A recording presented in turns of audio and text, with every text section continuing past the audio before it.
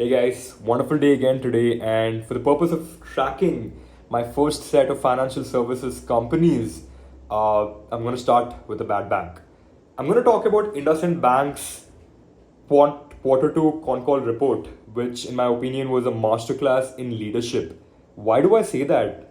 Despite all the negativity IndusInd Bank has been experiencing for the last 9 to 10 months, especially in the first month in January, what happened was the CEO was whistleblowed all the negative practices that IndusInd Bank was practicing. Number one, it was the derivatives practices were fraudulent. The second thing were the microfinancing accounting practices also were very incorrect. And he whistleblowed these practices outside to the public, into the news, and decided to resign. And soon after, I think sometime in April, I read that the CEO and the deputy CEO back then also resigned because I think eventually fingers would be pointed towards them as well. So you're noticing we are noticing basically a series of cataclysmic events. We're dealing with a CFO resignation and followed by a CEO and a deputy CEO resignation. So in terms of shareholders sentiments, we're not dealing with a very good company over here. We're dealing with a very bad bank. And they've recorded anywhere between, I think, somewhere around 2,000 to 2,500 crore loss in the last 1 year. So we're dealing with a very, very bad situation with the bank. And to see that the new management is trying to inspire some growth was very, very impressive for me rather. So we have with us the new CEO, Mr. Rajiv Anand, who was previously the deputy CEO for Axis Bank, which is no small bank again because it's the third largest private sector bank in India. And then we have a new CFO, which is Vir Damania, who's a previous CFO for Bank of America in India. So we're dealing with two new faces, two new, chief executive faces in the bank right now, which are, they were instated by the board and everything, right? So, and then we have a host of new management right now.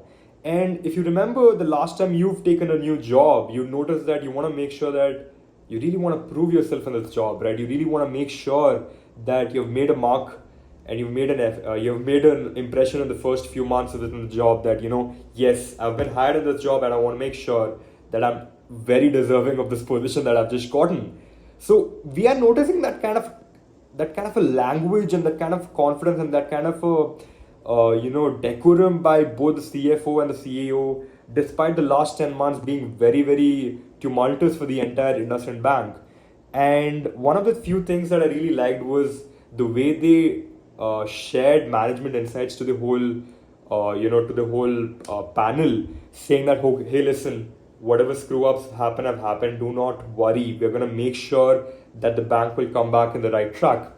And one of the main things that they've decided to come up with were accelerated write-offs. What do I mean by that?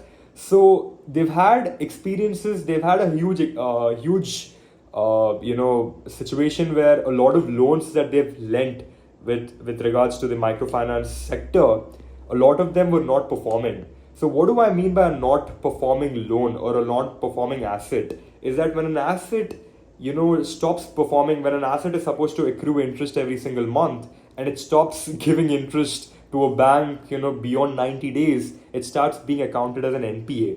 So what happened is the bank started accumulating a lot of NPAs. Now the thing is, whenever the NPAs start increasing for a bank, whenever assets start increasing for a bank, they do not know what to do with these loans in general because this is an asset that's not performing anymore. So, and a write-off traditionally in a bank takes several months to get rid of. And especially when you're dealing with such a huge, 2,000 crore fraudulent loss situation over here, the management started to inspire growth, some kind of growth, some kind of, progress of some kind by trying to accelerate the write-offs entirely. Get rid of the loans and start lending more, really good quality loans to good quality credit holders, right? So that's what they started doing. They started making sure that accelerated write-offs were the whole priority for this quarter, and they inspired growth through that first. And the second thing was they kept halt on wholesale deposits.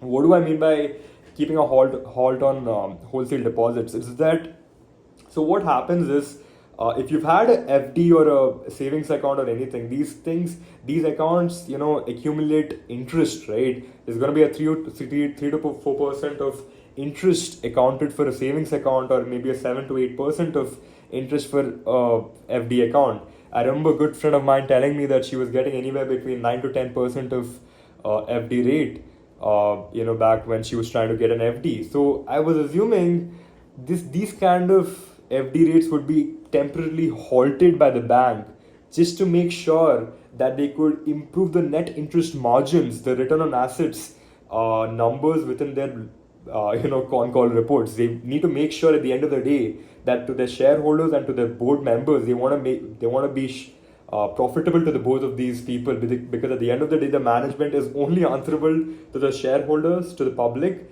and to the board, right? So they wanted to make sure that the wholesale deposit interests were halted temporarily, right? So what happens is, when there are wholesale deposits given to certain kind of people, certain kind of institutions, they also have huge amount of interest rates as well. They also make sure that, since there's a good likelihood that they want to make sure they stay with the bank, so that they can cross-pollinate and cross-sell other kind of products to the same kind of customer. They want to just make sure that, okay, fine, we can give you some kind of other kind of interest rates temporarily for now. Just stop it with there. We cannot give you that kind of interest right now. We're gonna hold up with your FD rates as well. We're gonna make sure that you're gonna be profitable in the next following quarters, but not for now. So that's what they start prioritizing: halting on wholesale deposits and accelerated reports. And the third